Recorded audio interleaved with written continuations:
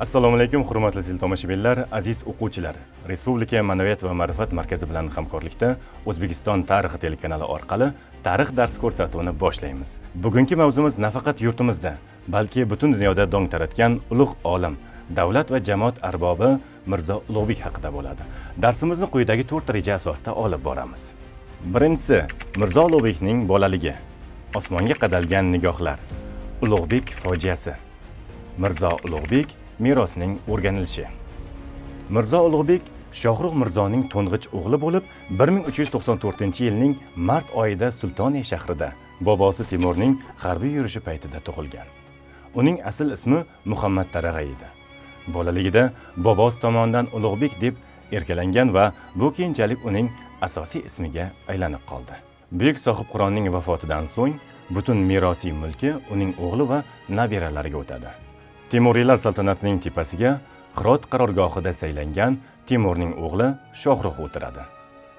Mo'rinnahri boshqaruvi Shohruxning to'ng'ich o'g'li Amir Temurning nabirasi Ulug'bekka topshiriladi. 1409-yil Ulug'bek Samarqand hokimi etib e'lon qilinadi.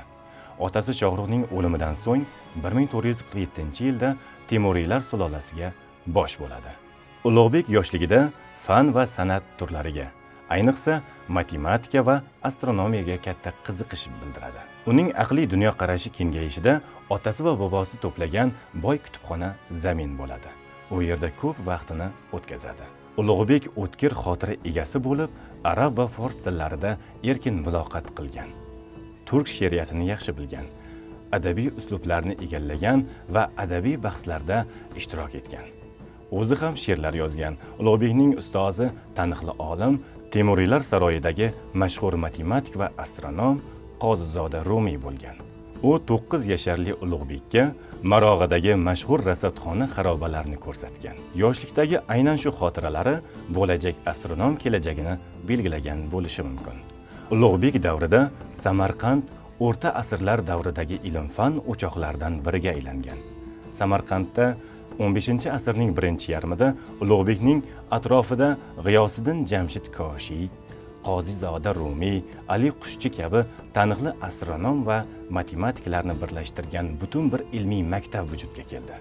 U vaqtlar Samarqandda O'rta Osiyo tarixi haqida ajoyib asar yozgan tarixshunos Hofizi Abru, taniqli shifokor Mavlona Nefis, shoirlar Sirojiddin Samarqandiy, Sakkokiy, Lutfiy, Badaxshiy va boshqalar yashagan.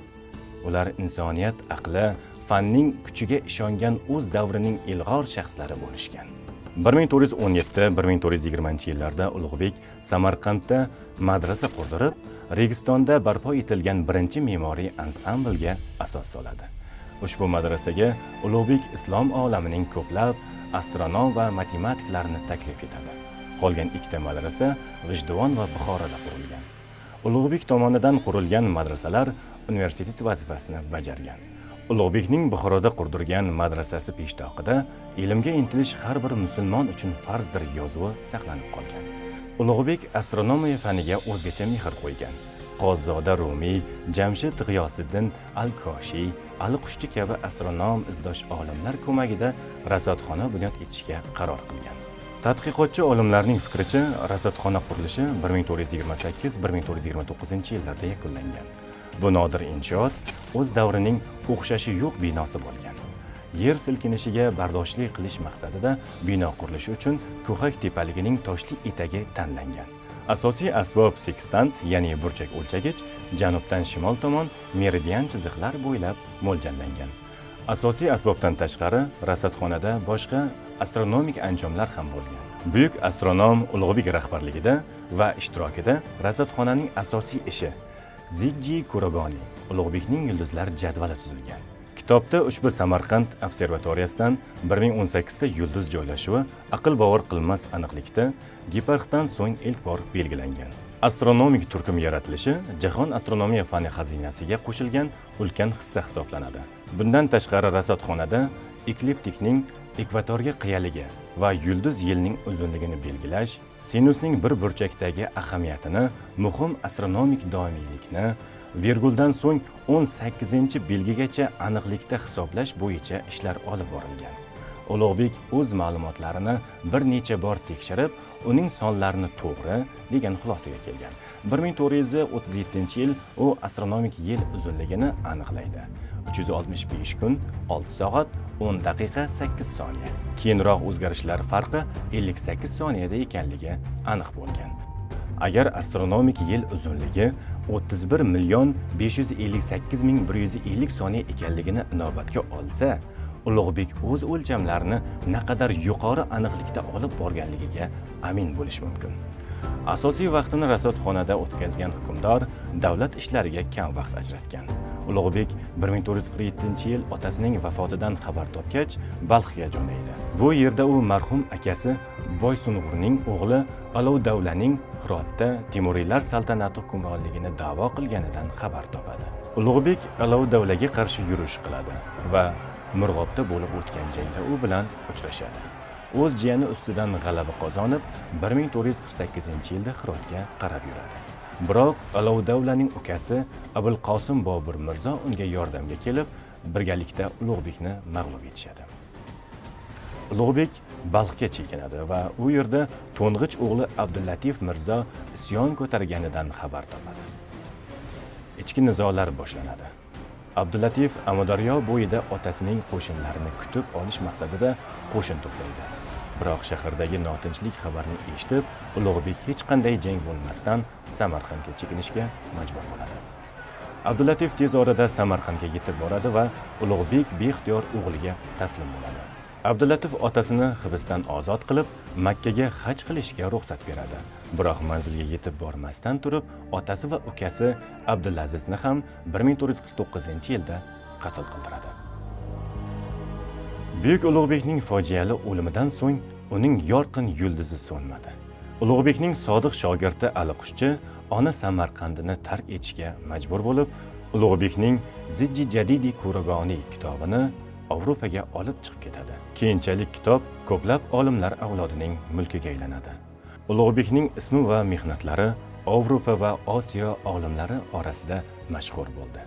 17-asrda Yan Givili tomonidan nashr etilgan Ulug'bekning Yulduzli osmon turkumida turli zamon va makonlarda yashab o'tgan buyuk dunyo astronomlarining aksi tushirilgan naqsh mavjud. Ular astronomiya ilhom manbai bo'lmish Uraniyaning ikki tomonida stol qarshisida o'tirishgan holda aks ettirilgan. Ular orasida Ulug'bek ham bor. Naqsh muallifi Ulug'bekning portretiga ega bo'lmay, uning suratini tushirgan. Ulug'bekning zijji jadvallarining aniqligi avvalroq Sharqda hamda Avropada erishilgan yutuqlardan ancha ilgarilab ketgan. 17-asrga kelibgina Tycho Brahe Ulug'bekning kuzatuvlariga teng keladigan aniqlikka muvaffaq bo'lib, keyinroq undan ham aniqroq natijaga erishgan. Asar 4 yirik qismdan iborat. Xronologiya nomini olgan birinchi qismida turli sharq xalqlari tomonidan qabul qilingan xronologik usullar bayon etilgan. Ikkinchi qismida amaliy astronomiya masalalari ifodalangan. Uchinchisi dunyoning geomarkaziy tizimi asosida ko'zga ko'rinarli yulduzlar harakati haqida ma'lumot bersa, to'rtinchisi astrologiyaga bag'ishlanadi.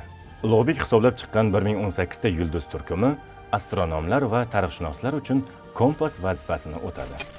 1648-yil Oksfordda fan va madaniyatning eng qadimiy o'choqlaridan bo'lmish Angliyada ilk bor Ulug'bekning mashhur Samarqand rasadxonasida amalga oshirgan asosiy ishi qisman nashr etilgan. Ishni nashr uchun tayyorlab, unga sharh yozgan John Greaves Oksford universitetining astronomiya professori sanaladi. Oksfordlik nashrdan 17 yil o'tgach, olim Oksforddagi Badlands kutubxonasi qo'riqchisi, angliyalik sharqshunos va tarjimon Thomas Hayt Samarqand nashrini fors va lotin tillariga o'girib chop etadi. Aytish joizki, Avropa va Osiyo kutubxonalarida Zijning o'nlab qo'lyozmalari mavjud. Ulug'bek yulduzlar jadvali o'rta asrlar astronomiyasining so'nggi so'zi bo'ldi. Mazkur jadval teleskop ixtirosidan avvalgi o'rta asrlar astronomiya fanining eng yuqori cho'qqisi bo'ldi. Mirzo Ulug'bekning yuqori ma'naviy va sezilarli merosi dunyoning yetakchi o'quv muassasalarida va ilmiy markazlarida o'rganib kelinadi. Yurtimizda va jahon miqyosida alloma merosini o'rganish va keng targ'ib etishga alohida ahamiyat qaratiladi. 1966-yilda O'zbekistonda Ulug'bek yulduzi filmi suratga olindi. Yozuvchi Maxsus Shayxzoda 1964-yilda Mirzo Ulug'bek pyesasini yozdi. Yozuvchi Odil Yoqubov Ulug'bek xazinasi romanini ulug' alloma hayoti va ijodiga bag'ishladi. Yozuvchi va shoir Xurshid Davron Sohibqironning nabirasi qissasi va Algul yulduzi yoki Ulug'bekning so'nggi kuni pyesasini yozdi. 1970-yillarda O'zbekistonda Odil Yoqubovning romani asosida Ulug'bek xazinasi ko'p qismli videofilm suratga olindi.